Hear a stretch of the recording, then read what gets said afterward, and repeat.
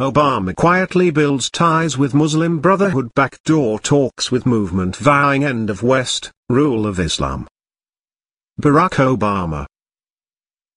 Jerusalem. President Obama and top administration officials have an extended history of reaching out to the organization representing the main opposition now in Egypt's unrest, quietly building ties to the Muslim Brotherhood and its worldwide allies.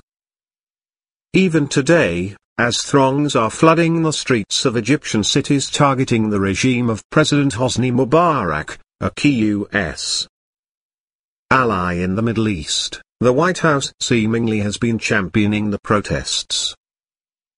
The Muslim Brotherhood seeks to spread Islam around the world, in large part using non-violent means.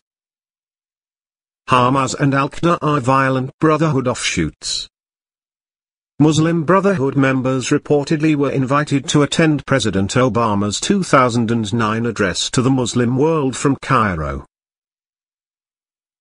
Khaled Hamza, editor of the Muslim Brotherhood website, confirmed at the time that 10 members of the Brotherhood's parliamentary bloc received official invitations to attend Obama's historic speech. Also in 2009, the Egyptian daily newspaper Al Masri ran a report claiming Obama had met with U.S. and European-based representatives of Egypt's Muslim Brotherhood that year.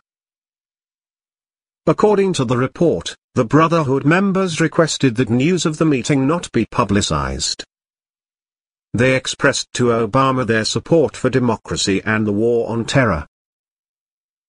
The newspaper also reported Brotherhood members communicated to Obama their position that the Muslim Brotherhood would abide by all agreements Egypt has signed with foreign countries, implying that if they took power in Egypt they would continue that country's peace treaty with Israel.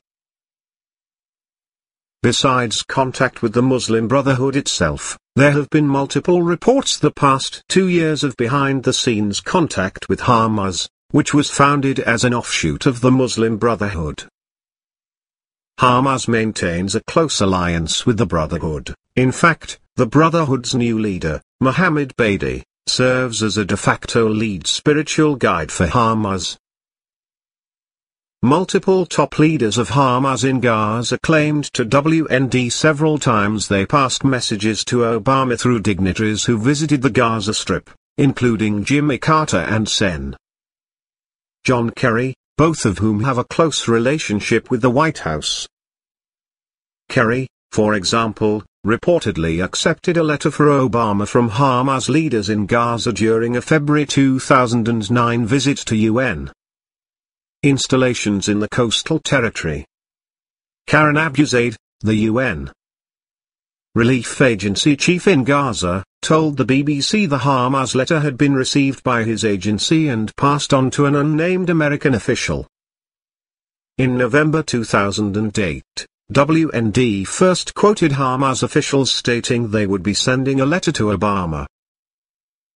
Immediately after that month's elections, Ahmed Youssef, Hamas's chief political advisor in Gaza, called Obama's win a historic victory for the world and told WND that Hamas was sending a letter of congratulations to the president-elect.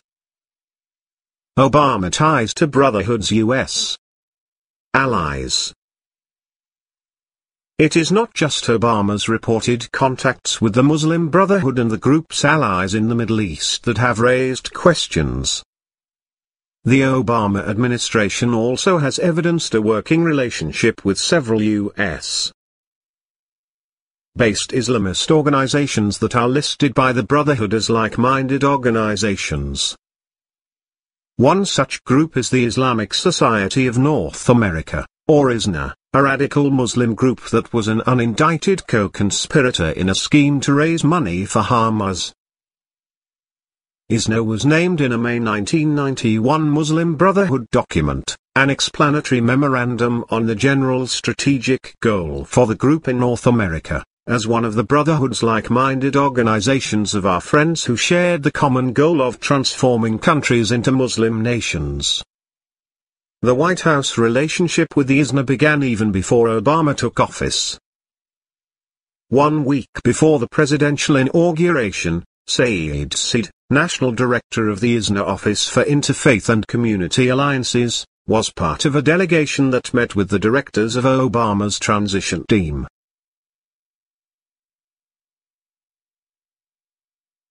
The delegation discussed a request for an executive order ending torture.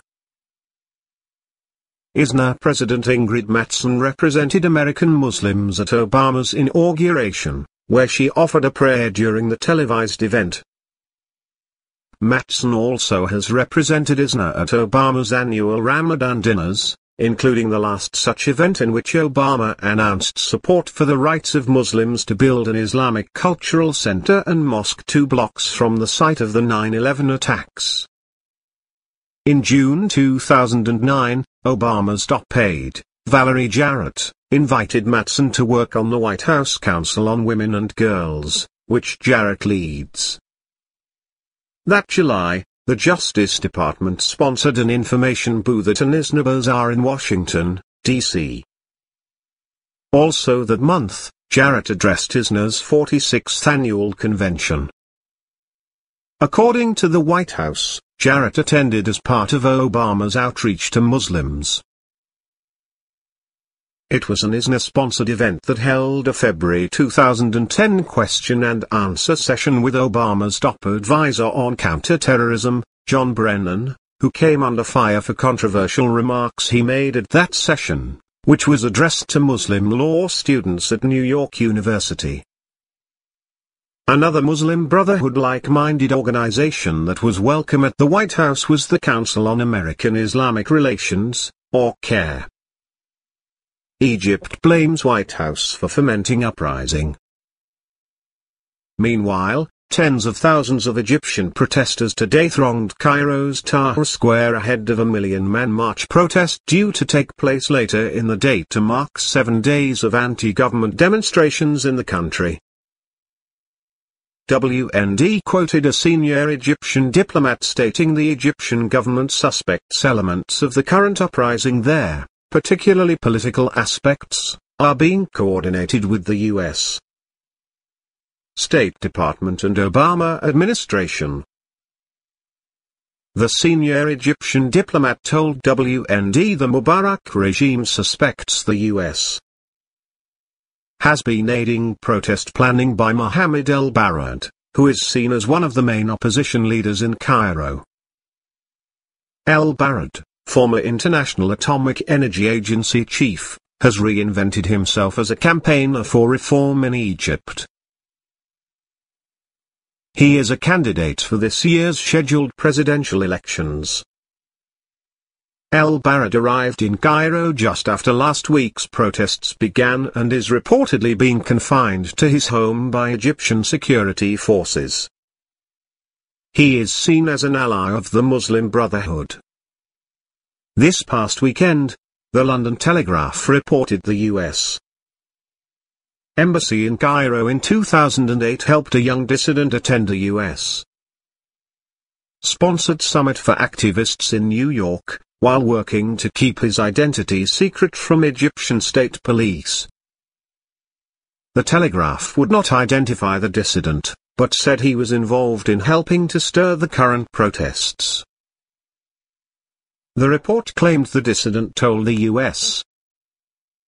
Embassy in Cairo that an alliance of opposition groups had a plan to topple Mubarak's government. The disclosures, contained in U.S. diplomatic dispatches released by the WikiLeaks website, show American officials pressed the Egyptian government to release other dissidents who had been detained by the police. The White House has been almost openly championing the unrest in Egypt. Secretary of State Hillary Clinton and Obama both reportedly voiced support for an orderly transition in Egypt that is responsive to the aspirations of Egyptians. Deputy National Security Advisor Dennis McDonough, speaking in a White House webcast, also urged the government and protesters in Egypt to refrain from violence.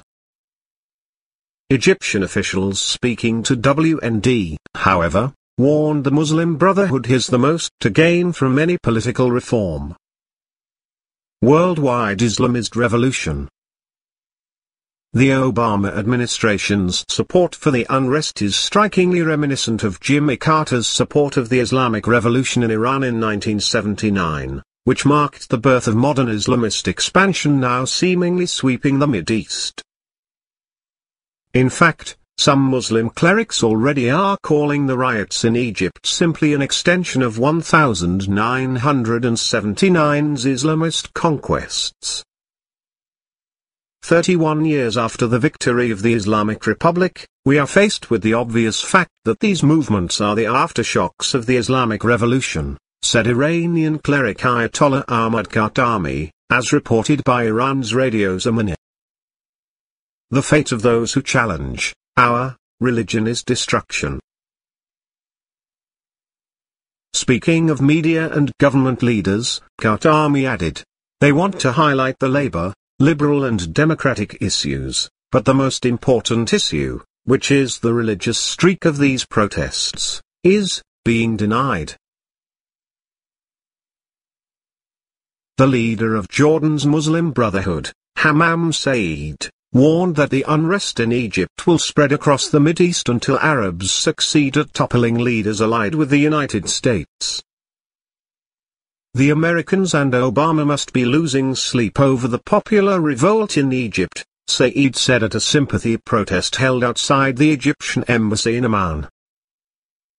Now, Obama must understand that the people have woken up and are ready to unseat the tyrant leaders who remained in power because of U.S. backing. And on the internet, the Middle East Media Research Institute reports, prominent Salafi cleric Abu Mundir al-Shinkiti issued a fatwa in the website Minbar al-Tawhid wal-Jihad encouraging the protests in Egypt, claiming Islamist jihadis are now on the verge of a historic moment in the history of the Islamic nation, an earthquake he likened to the September 11 attacks in New York City. Brotherhood declares war on U.S. Multiple prominent U.S. commentators also have been claiming the Muslim Brotherhood is a moderate organization and denying any Islamist plot to seize power. In November, the Brotherhood's new Supreme Guide, Muhammad Badi, delivered a sermon entitled, How Islam Confronts the Oppression and Tyranny. Resistance is the only solution, stated Badi. The United States cannot impose an agreement upon the Palestinians, despite all the power at its disposal. Today, it is withdrawing from Iraq, defeated and wounded, and is also on the verge of withdrawing from Afghanistan because it has been defeated by Islamist warriors. Badi went on to declare the U.S. is easy to defeat through violence, since it is experiencing the beginning of its end and is heading toward its demise.